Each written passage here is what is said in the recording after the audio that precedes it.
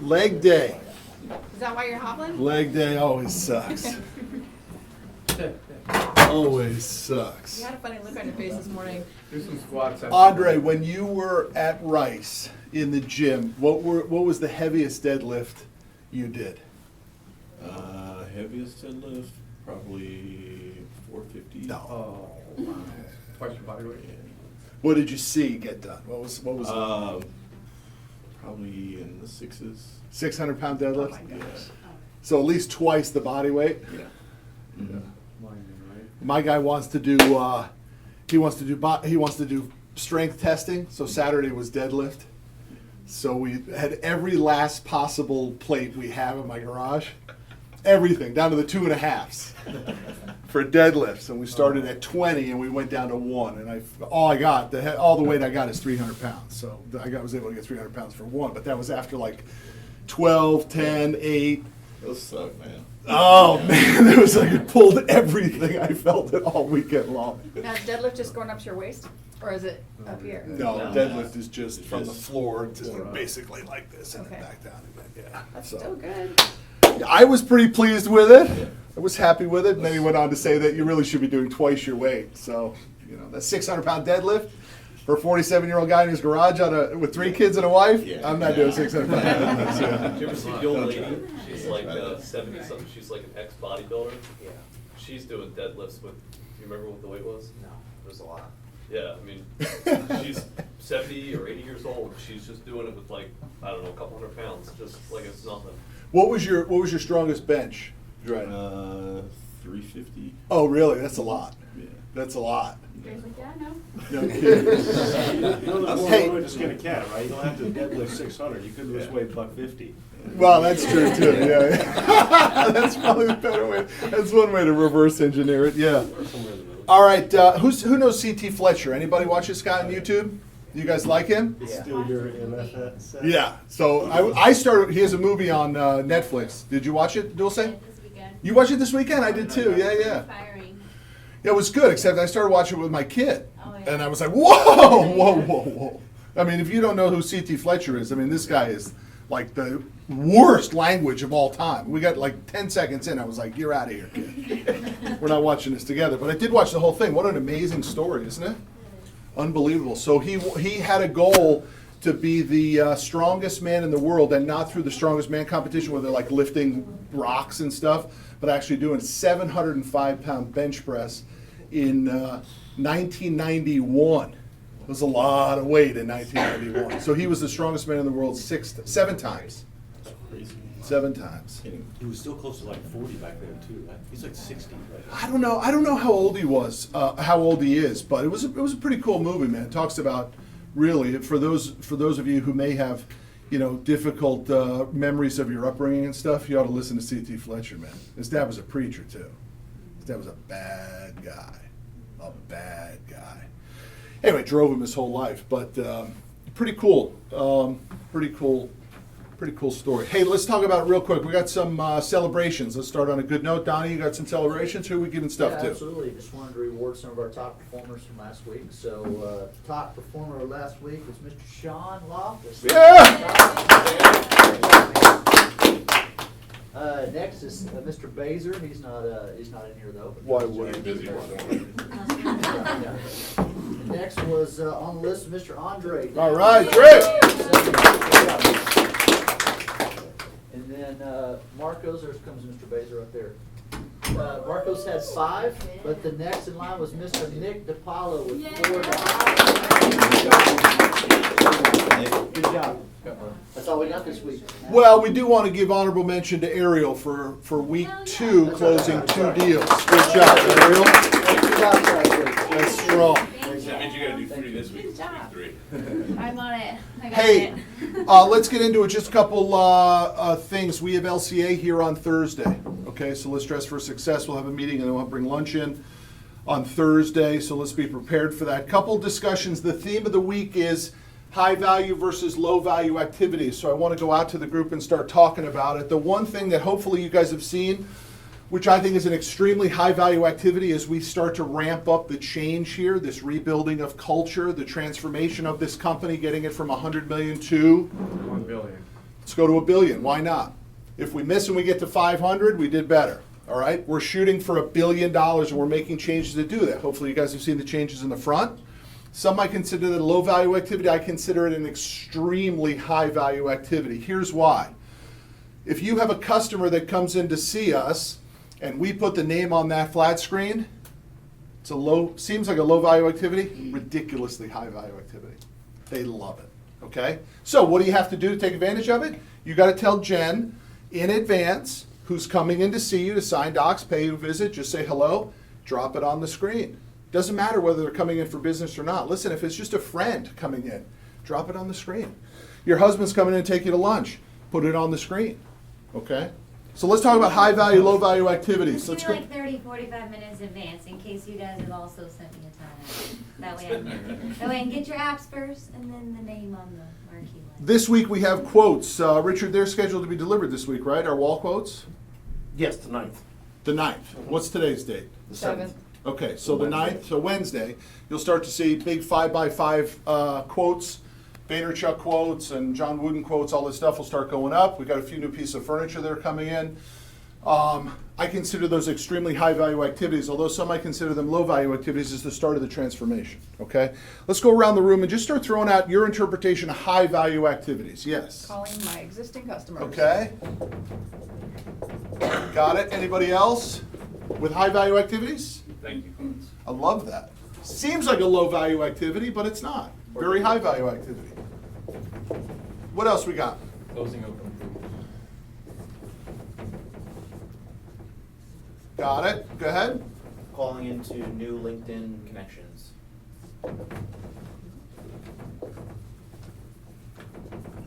Adding to Jake's, I'm sending out actually Thanksgiving cards because those don't get mixed up with the Christmas cards. All right. What else we got? Videos. Videos? Boy, I think a lot of people think those are low-value activities. I think me and Nick's enterprise video is going to be pretty high value. Okay, cool. Not just that too, but I looked on CFF Nation and my video that I put just about myself on my link, it's up to almost 150 views. Yeah. Yeah, but your mom was like 125.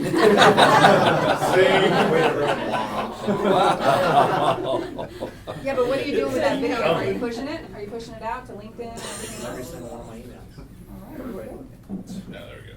I can tell you, I was thinking all that stuff was low-value activities.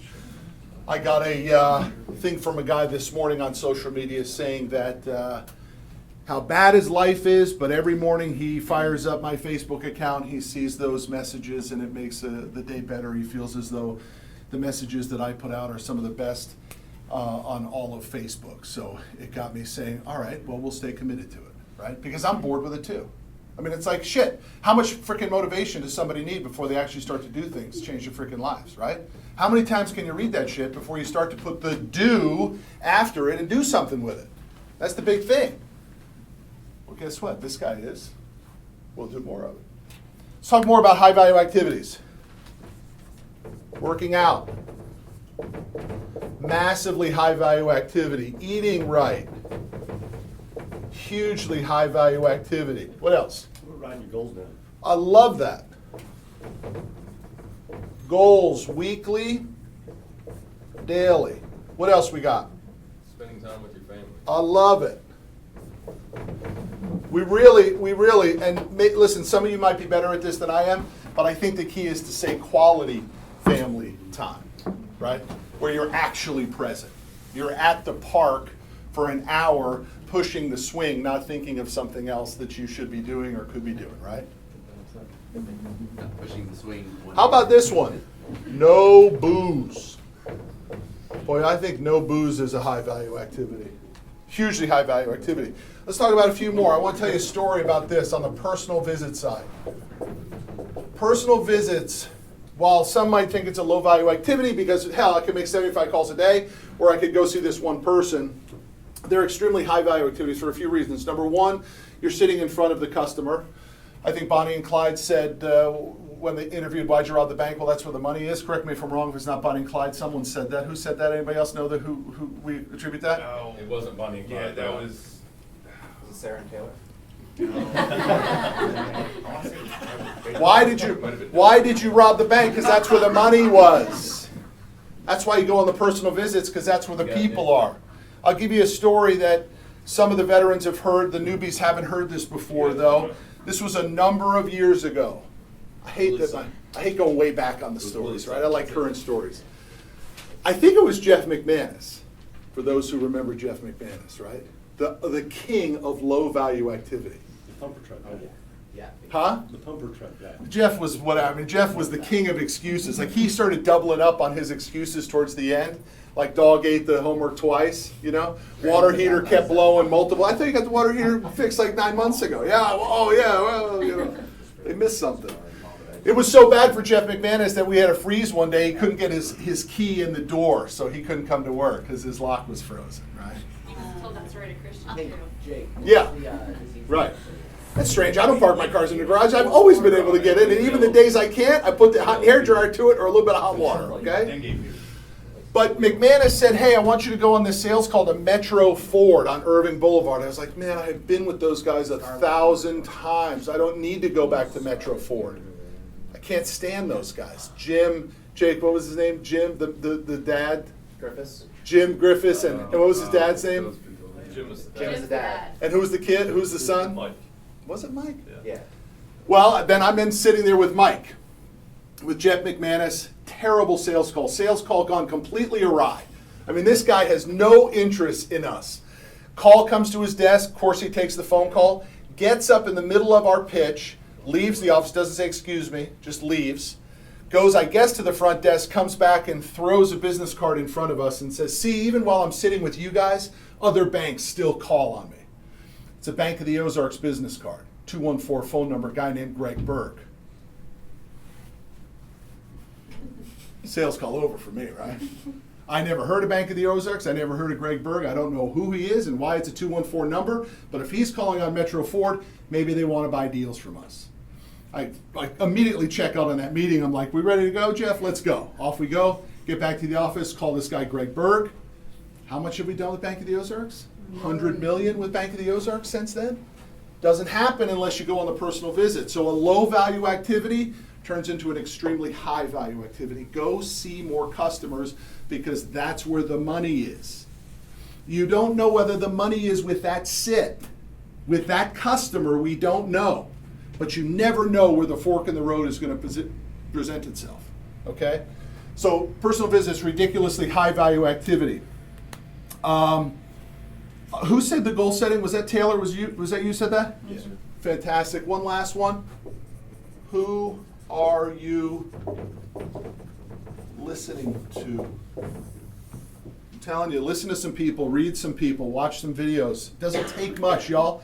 It takes a bad day can be turned around with a 2-minute Gary Vaynerchuk video. I mean it, right?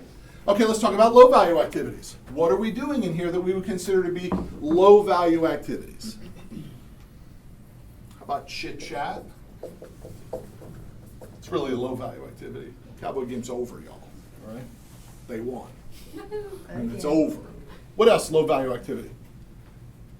Oh, emails probably. Yeah, I think so. Excessive emails for sure. Especially thinking that they're turning into a sales call. They're not. They're really just a work push. What else we got that's a low value activity? Any time spent on non-rev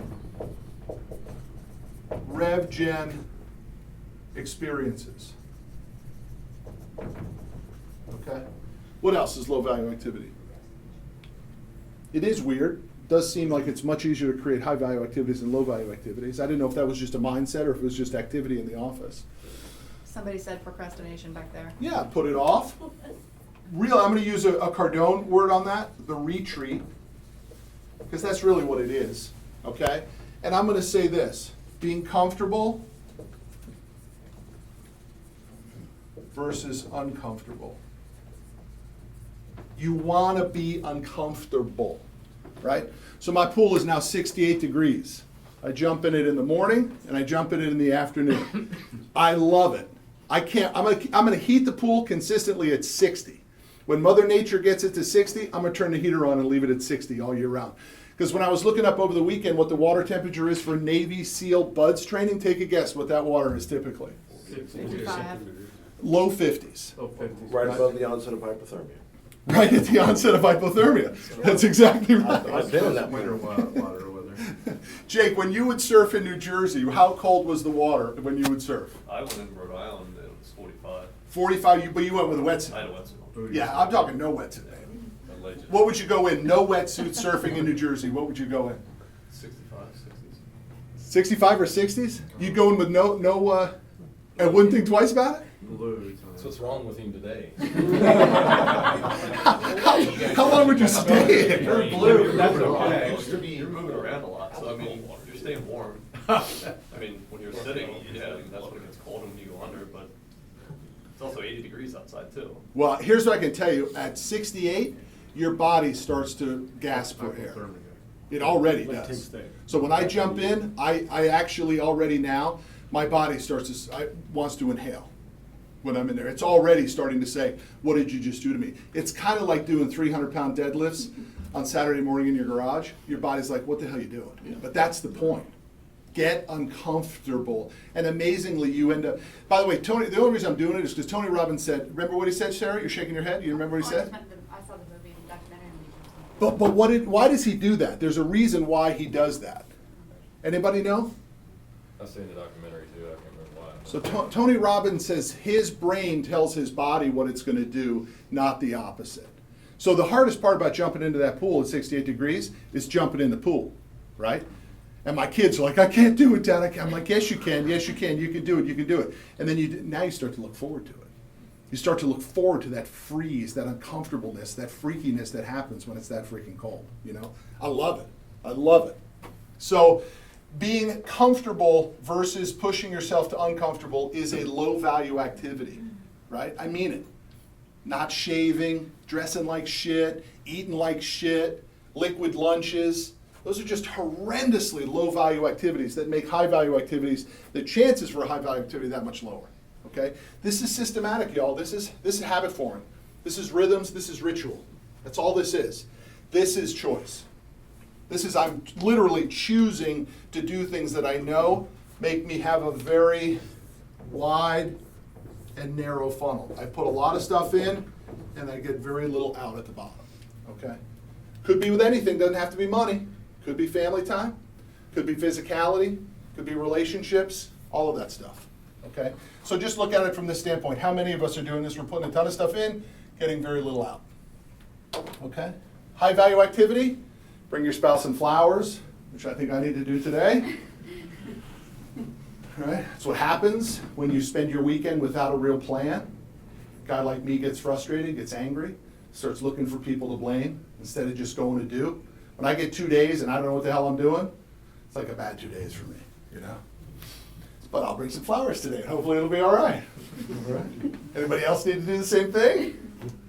All right, anybody else with any comments on this? This is the theme of the week, high value versus low value. Richard, we started to send out the email newsletter to our customers, so you might get calls from customers or dealers.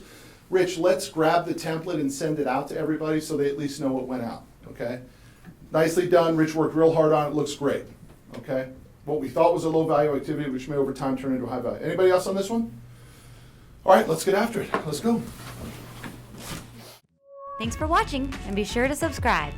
Also, if you missed our last video, just click here. And if you're a truck driver and you need help with financing, click here and let us help you get the money you need.